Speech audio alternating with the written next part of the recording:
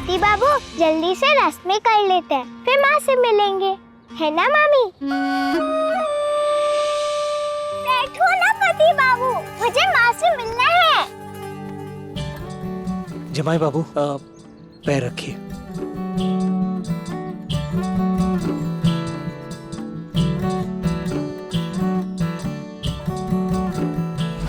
ये आप क्या कर रहे हैं? मैं ये रस्म नहीं करूंगा। पैर धोने की रस्म है जमाई की, वही कर रहा हूँ। कुछ गलती हुई हमसे? नहीं, पर आप क्यों कर रहे हैं ये? कर्जदार नहीं है क्या हम आपके और आपके परिवार के? आपने हमारी बेटियों को अपने घर में जगह नहीं दी, आपके कारण ही तो उन्हें मान सम्मान, समाज में इज्जत मिली। इसके बदले आपके चरण धोखे भी पी जाए तो भी बड़ी बात नहीं है। इस हिसाब से कर्जदार हम आपके नहीं हुए।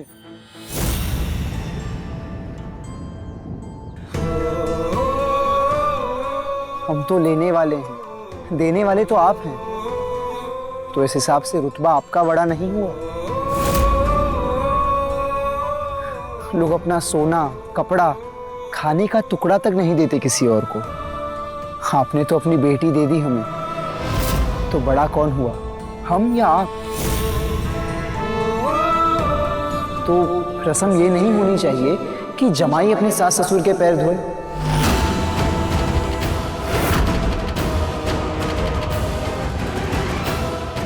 सौरभ, यहाँ बैठने का अधिकार हमारा नहीं, किसी और का है। अब इस पीढ़ी में कौन बैठेगा पति बाबू? तुम्हारी माँ।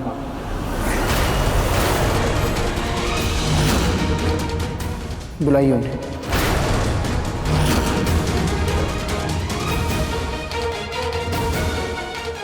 और आप लोग भी बैठिए। मैं और सौरभ आपके पैर धोएंगे। अपनी बेटी देकर जो कर्ज चढ़ाया है हम पर, शायद कुछ कम हो जाए। क्यों सौरभ? जमाई से पैर धुलवाकर हमें पाप का भागी बनाएंगे क्या?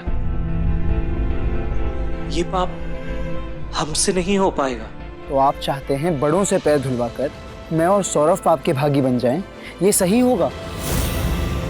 हम दोनों छोटे नहीं आपसे।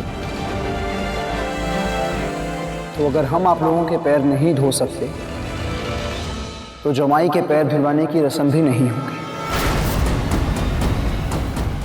जमाई से पैर धुलवाया तो पूरे समाज में क्या मुंह दिखाएंगे हम? पर रस्मों के बिना ये विवाह अधूरा रह जाएगा। इसीलिए एक छोटी सी भेंट स्वीकार कीजिए। जमाई बाबू भी बौंदीदा की तरह सवाल करते हैं। ये हमारी तरफ से स्वीकार कीजिए। छोटे जमाई।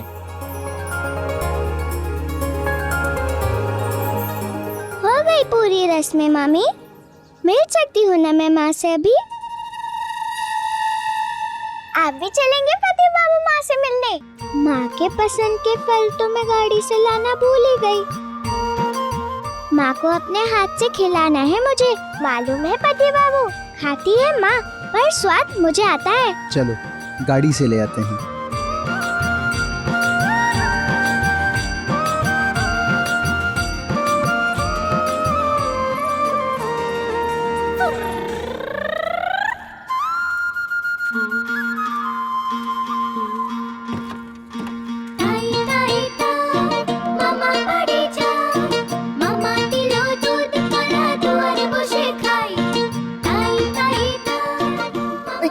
संभाल कर, गिर जाएंगे, खराब हो जाएंगे। ये सब माँ को खिलाना है मुझे, इन्हें खराब होने दूंगी क्या?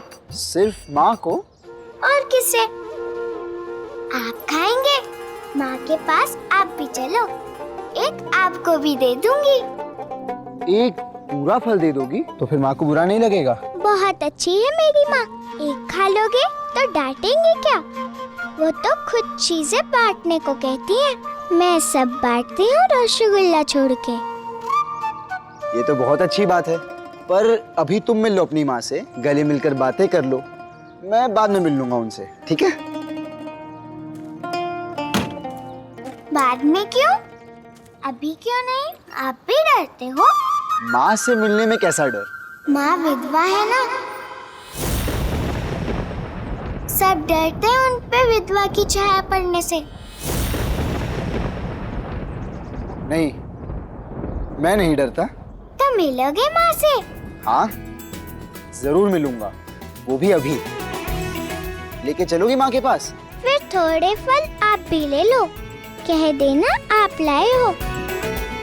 माँ को कभी कोई तोहफा नहीं मिलता, आप माँ को ये दोगे तो वो तोहफा पाकर बहुत खुश होंगी। लाओ।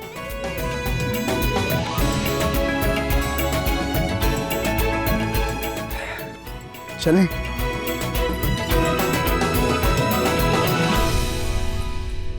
माँ, कुछ भी तो नहीं इस कमरे में। ऐसे बिना किसी सुविधा के कितना मुश्किल होता होगा बोनिता की माँ का यहाँ रहना। ओ पति बाबू, पीछे ही खड़े रहेंगे आप? मिलेंगे नहीं माँ से? तोहफा नहीं देंगे मेरी माँ को? मिलूं कैसे जब वो ही मुझे नहीं मिलना चाहती तो?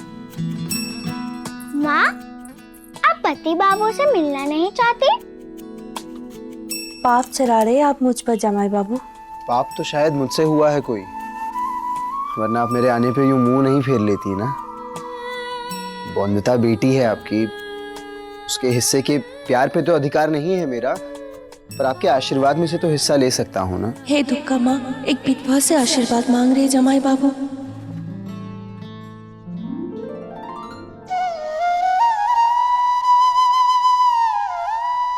आप तो खुद आशीर्वाद है मेरी बच्ची के लिए, आपको क्या आशीर्वाद दूं मैं?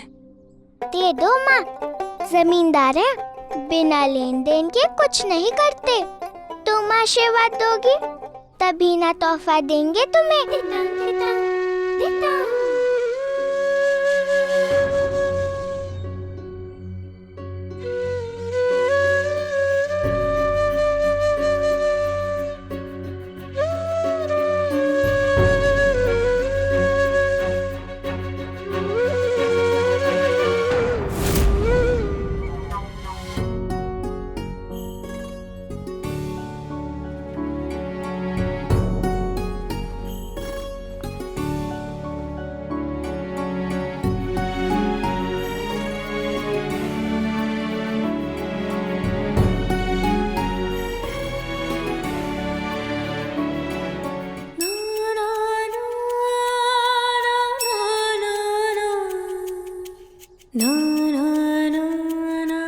आपके रुतबे के बराबर तो नहीं, पर रस्में हैं जमाई को कुछ देने की, इसलिए एक छोटा सा तोहफा लाई हूँ आपके लिए जमाई बाबू। आशीर्वाद समझ के ले लीजिए।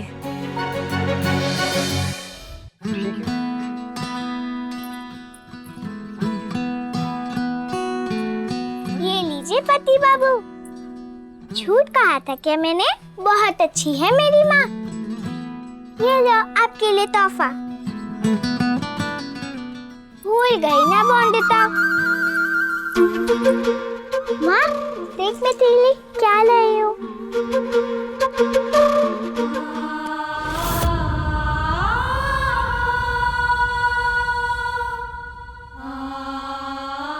देख माँ, तेरे लिए कितने सारे फल लाई हूँ, खाएगी ना? चल मैं तुझे खिलाती हूँ।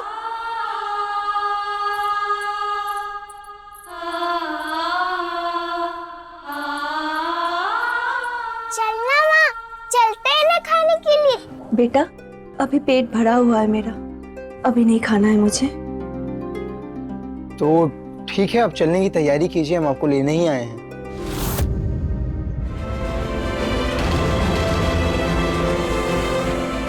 अनिरुद्ध आपसे साथ चलने को कहे तो आप सीधा इनकार कर दीजिएगा। माँ, मैं तेरा सामान बांधती हूँ। तेरे सारे कपड़े, सारे पौधे, सारे फूल ले लूँ ना? पता है आपको, मेरी माँ को मेरे बाद सबसे सबसे ज्यादा लगाव फूलों से है। क्यों माँ? इधर आ। भागती रहेगी क्या? 2 पल अपनी माँ के पास नहीं बैठेगी? वंदिता, बता तो जरा, कैसा है तेरा ससुराल? कौन कौन है वहाँ? तू सबसे प्यार से रहती है ना बेटा? सम्मान करती है ना पति का? मुझे तेरा सम्मान रखना है और तू सम्मान की बात कर रही है? पति बाबू, बता दोगी ना माँ को सब कुछ? क्यों? तुझे नहीं बात करनी मुझसे? बहुत मन है, मन ना होता तो तुझे लेने आती।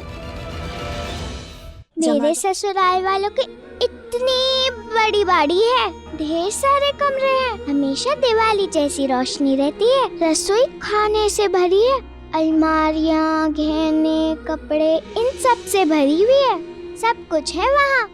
बहुत अच्छा पति बाबू ढूंढा है तूने माँ, बस तू नहीं है और तेरे बिना कुछ अच्छा नहीं लगता मुझे। मुझे एक बार जोर की भूख लगी थी, कोई मुझे पूछ ही नहीं रहा था खाने को, बस खुद खाना लेने चली गई मैं, पर वहाँ खाना नहीं, पूरा आटा गिरा दिया मैंने, सब गुस्से से देखने लगे मुझे और तब पति बाबू ने इतना सारा खाने को दिया मुझे। बहुत अच्छे हैं पति बाबू और बड़ा सा मुलायम गत्ते वाला पलंग दिया है सोने के लिए। सिर्फ सोती ही रहती है और घर का सब काम जमाई बाबू करते हैं या तू भी कुछ कर लेती है? सेवा करना पति का काम है या पत्नी का? क्या बताया था मैंने तुझे? पत्नी का। सेवा के लिए घर पर नौकर चाकर हैं, बल्कि वंदिता तो मुझसे छोटी है, जिम्मेदारी है मेरी। वादा किया था साया बनकर ख्याल रखूंगा, बस वही निभा रहा हूं। आप दोनों बात कीजिए, मैं बाद में आता हूँ। माँ, और एक शैतान भी है वहाँ, बट्टुक नाम है उसका, मेरे जितना है पर बहुत सताता है मुझे। अब तू चलेगी तो कान मरोड़ कर सीधा कर देना उसे। ऐसा नहीं कहते बेटा, तू अगर उसके साथ अच्छे से रहेगी तो वो तुझे क्यों बेकार का परेशान करेगा? ससुराल में ये सब सह लेना चाहिए।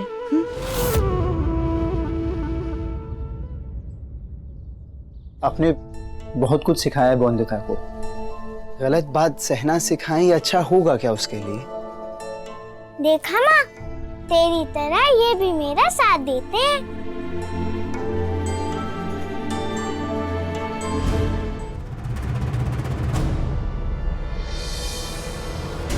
गणेश जी की सोने की मूर्ति थी ना यहाँ, गई कहाँ वो?